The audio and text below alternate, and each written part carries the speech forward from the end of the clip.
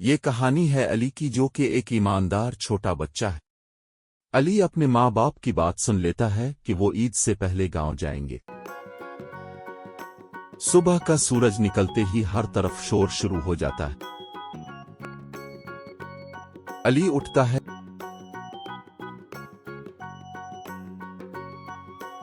खेलने के लिए पार्क की तरफ चला जाता है।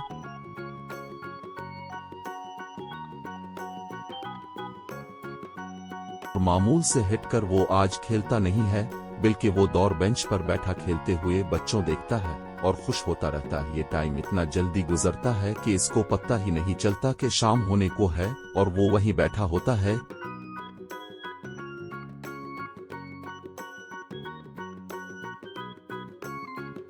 एक तरफ से इसका दोस्त आता है और इससे कहता है कि तुम यहाँ बैठे हो, तुम्हारी माँ तुम्हें ढूंढ रही है और आज तुम खेल नहीं रहे। फिर वो कुछ बातें करते हैं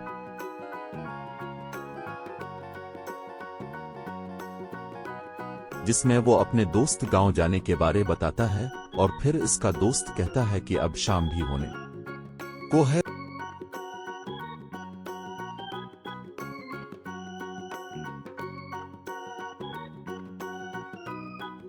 वो जल्दी से उठता है और घर की तरफ निकल जाते हैं।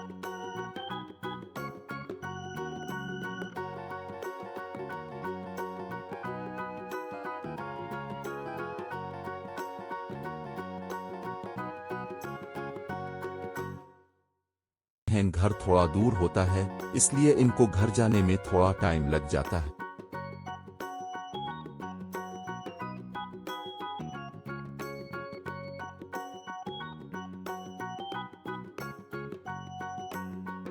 कुछ देर में वो घर पहुंच जाते हैं।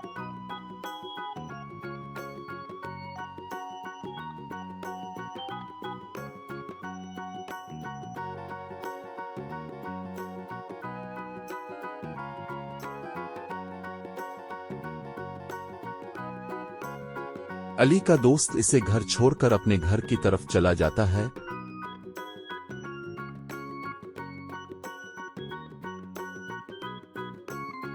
अली छपकर घर में दाखिल होने की कोशिश करता है, मगर उसकी माँ इसे दाखिल होते देख लेती और गुस्सा होने लगती है। मगर वो माँ के पास जाता है और माँ गुस्सा ठंडा करता है। फिर वो बातों में उलझा कर माँ को खाने का कहता है। इस पर माँ जल्दी से उठती है,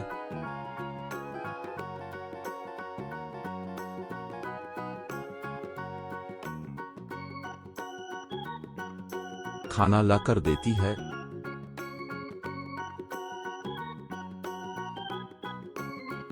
अली खाना खाता है। खाना खाकर वो सोने के लिए अपने कमरे में चला जाता है।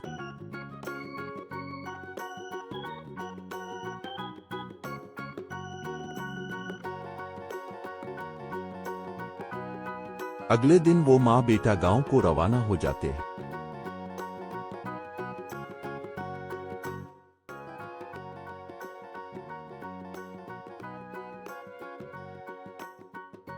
गांव पहुंचकर वो घर दाखिल होते हैं।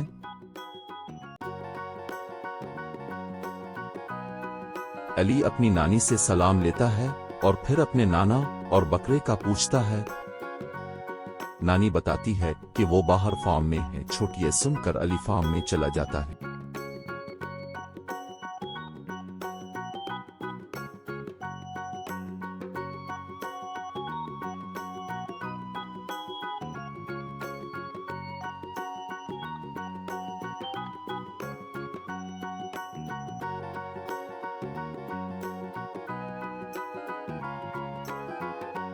जाकर नाना को सलाम करता है और फिर बकरे की तरफ जाता है, मगर बकरा डर कर भाग जाता है।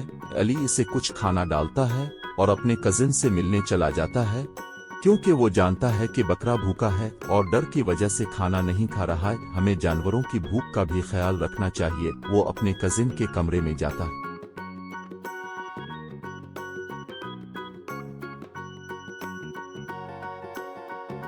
पर वो इसे पूछता है क्या हुआ है, उदास क्यों बैठे हो। अहमद बताता है कि वो टेस्ट में फेल हो जाने की वजह से उदास है।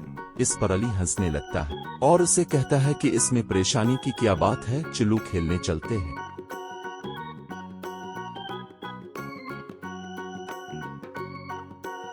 बाहर बकरा सुकून से खाना खा रहा होता है। वो दोनों फुटबॉल लेकर ग्राउंड में आ जाते ही और खेलने लगते हैं।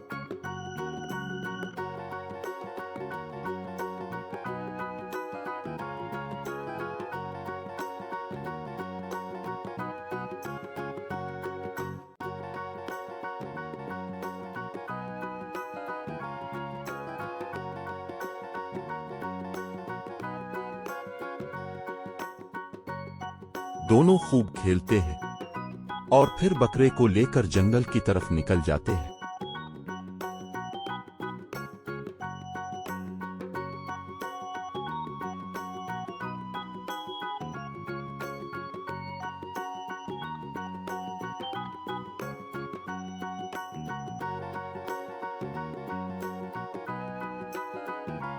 वहां वो एक बूढ़े आदमी को देखते हैं।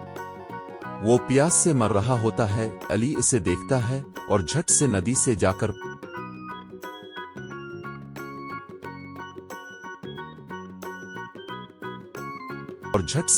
जाकर पानी ला कर देता है।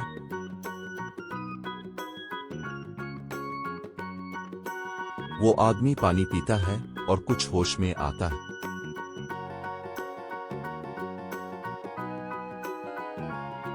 वो उस नेकी के बदले में एक जादू की छड़ी देता है और कहता है कि तुम जो चाहो इससे कर सकते हो और ये 3 दिन के लिए तुम्हारे पास रहेगी और फिर खुद ही गायब हो जाएगी। वो दोनों छड़ी लेकर बकरे को साथ लेकर घर की तरफ रवाना हो जाते हैं। रास्ते में आते हुए वो एक भौले आदमी को देखते हैं जिससे अपना सामान उठाया नहीं जा रहा होता। अली और अहमद इसको देखते हैं तो उनको इस आदमी पर तरस आ जाता है। वो दोनों इसकी मदद करने का सोचते हैं। जादू करके इसका वजन हल्का कर देता है जिससे वो आदमी इसको आसानी से उठा पाता है। इस तरह वो इस छड़ी को अच्छे काम के लिए इस्तेमाल करते। फिर वो घर पहुंचकर बकरे को फार्म में छोड़ते हैं और चूंकि अब रात हो रही होती है इसलिए वो अपने कमरे में सोने के लिए चले जाते हैं। अगले दिन वो जब बकरे को लेकर बाहर जा रहे होते हैं तो वो एक औरत को देखते हैं जो कि कुएं से पानी निकाल रही होती है। जादू की छड़ी से वो उसे पानी निकाल देते हैं। इसी तरह वो जिसको भी मुश्किल में देखते हैं इसकी मदद करते हैं।